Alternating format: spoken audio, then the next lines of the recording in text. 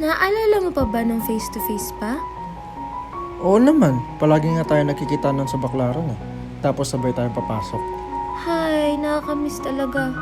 Tapos pagdating natin, didiretso sa library, syempre para mag-review. Totoo lang, lalo na kapag palagi kang may pre-lec. Oo nga. Kahit maka 5 points ka, masaya na ako. That's okay, at least we know we did our best. Alam naman natin na enjoying ang college, pero at the same time, crucial din. Yes, because college is the part of our lives where we start to shape ourselves and prepare for our future careers.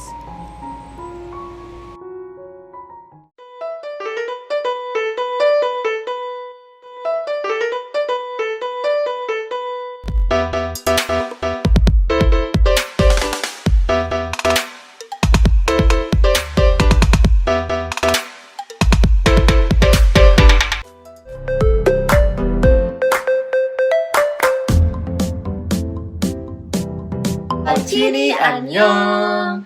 We're back again with another video, and today, pag-uusapan natin ang College life! And as you can see ngayon, suot namin ang aming mga school uniform. Uniform na suot ko ay ang mga regular uniform ng PLM students. And the uniform I wear naman is the uniform of physical therapy students sa PLM. At dahil kakatapusan ng aming first semester, naisipan namin gumawa ng video about our precious college days, especially no face-to-face.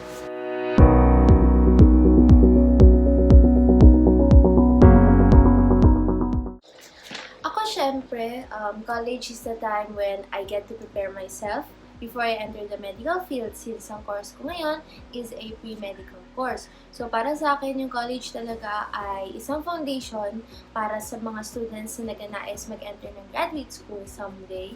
And for me, syempre, mas gusto ko talaga yung face-to-face classes, since kami, yung curriculum namin, we have many laboratory subjects talaga na kailangan namin mag-perform ng mga case analysis, kailangan namin mag-perform ng iba't ibang tests sa patients. Syempre, mas matututunan namin yun in physical classes than in virtual one.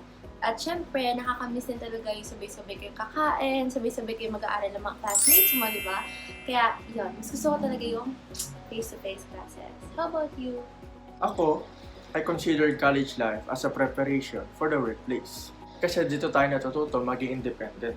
Ma-establish yung perfect study habit natin and malaman natin yung discipline na kailangan natin gawin para sa pag-aaral natin. Yes. Kaya kung papapiliin ako between online class or face-to-face classes, mas pipiliin ko yung face-to-face, of course. Kasi as an engineering student, we solve many equations, we solve many problems na sobrang time limited. Loading it sa online platform pa, it requires so much time. Kaya sobrang nakaka-pressure talaga. But still, we still do our best. Yun yung importante. So maybe many of you are also thinking about college. So in this video, we will give you a glimpse of what college is all about.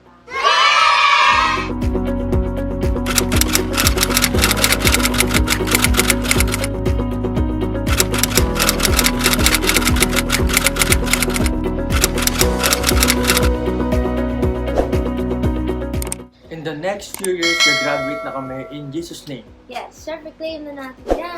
And before that happens, nais namin magbahagi ng kaalaman namin or mga tips. Nang sa gayon, kapag nasimulan nyo na ang college life nyo, meron kayong ample amount of knowledge. Para rin, pagdating nyo sa time na tatahakin nyo na yung gusto nyong journey or yung nais yung course or dream, hindi nyo pagsisihan yung mga decisions or yung mga choices na gagawin nyo.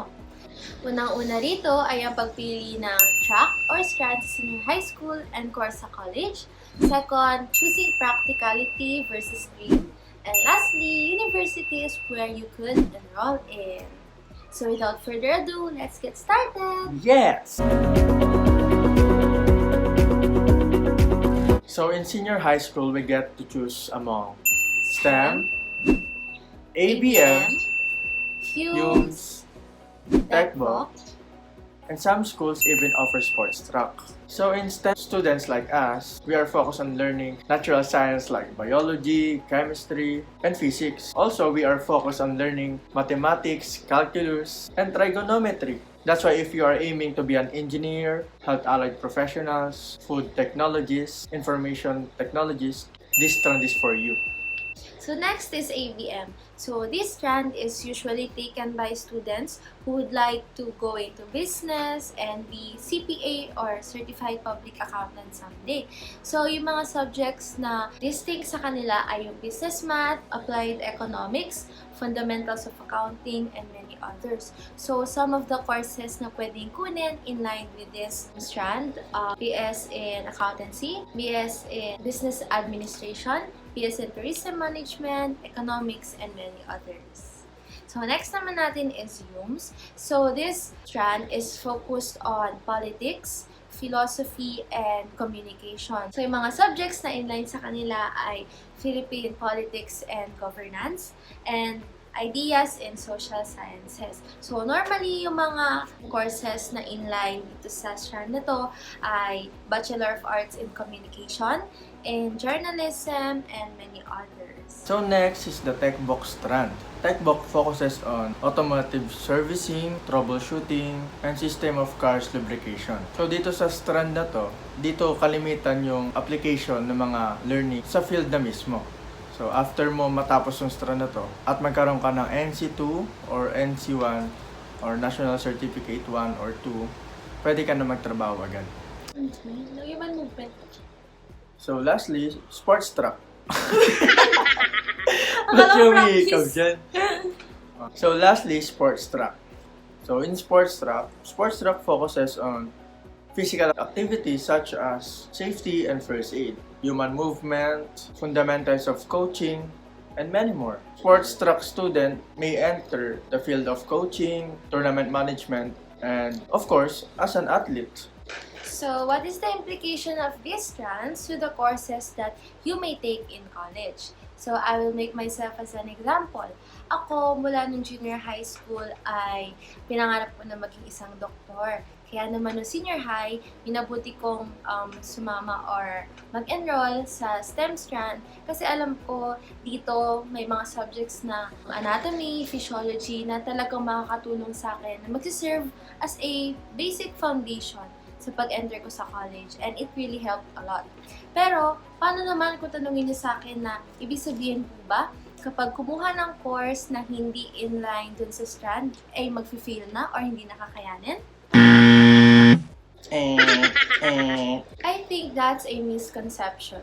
Kasi, yes, senior high school prepares us for college, pero that doesn't mean na hindi na mababago yung interest natin or yung goals natin with the span of 2 years. Kaya naman, we're here to emphasize na hindi lang strand ang dapat na maging basihan or ang dapat na maging consideration natin when thinking of a course in college. We have to consider our main goals, interests, financial capabilities, pagpili ng mga university na nag-offer ng course na nais natin, and many others. Yes, marami kang dapat i-consider, but do not be overwhelmed. Yes. What's meant for you will come to you no matter how impossible it looks.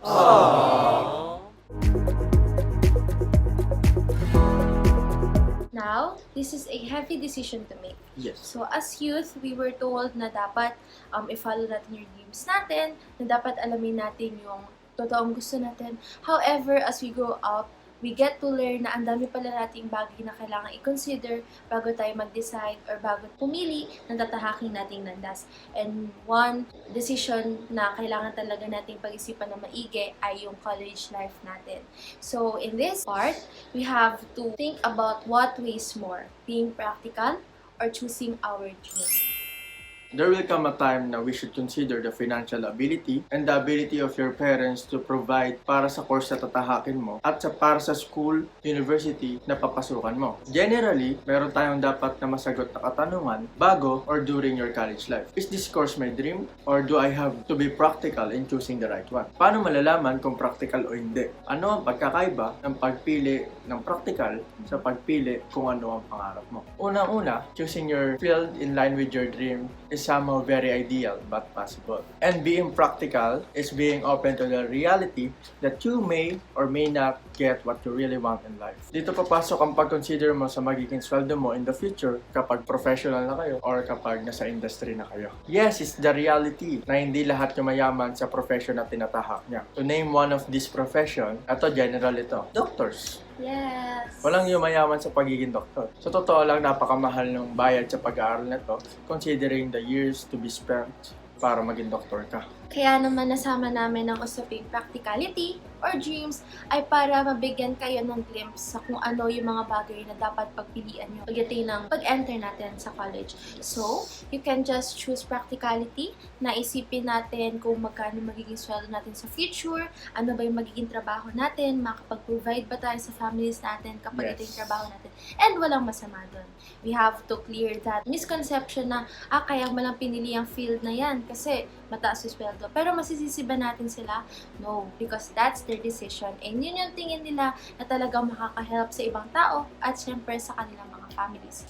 Another one, we can choose our dreams naman and we can continue to be passionate about it. And that's really beautiful din na talaga pangangatawan na natin yung dreams natin. Kahit gaano kahirap, kahit na sabihin natin na hindi masyadong mataas yung sweldo dyan, we choose to passionately do what we want to do and what our dream is.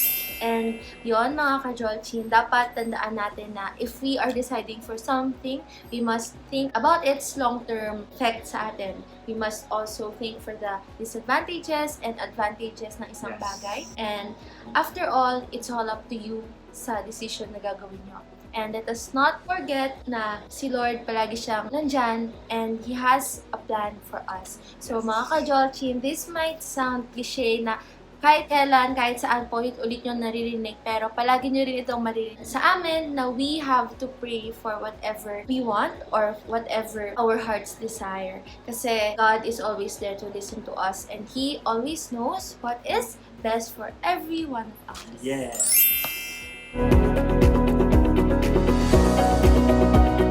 So now we're down to our last segment, which is choosing university to enroll in.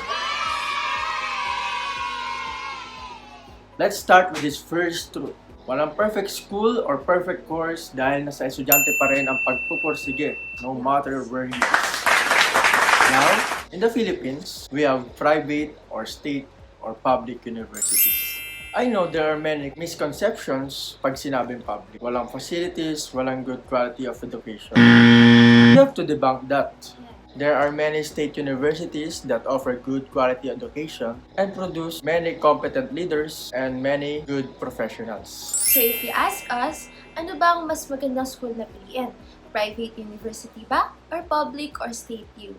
So we cannot answer that for you mga ka-jeolchinie kasi iba-iba tayo ng mga situation. There are those who can afford to pay thousands or millions para sa tuition fees while there are those who cannot. So if you can afford to study in a private university, then good for you. And if you cannot study in a private university, it's also good for you because we have many state universities in our country, just like where we are studying right now. PLM! So to those who are really aiming to enter a private university but lacks budget, so wag tayo maging hopeless kasi napakaraming scholarships ang nandyan.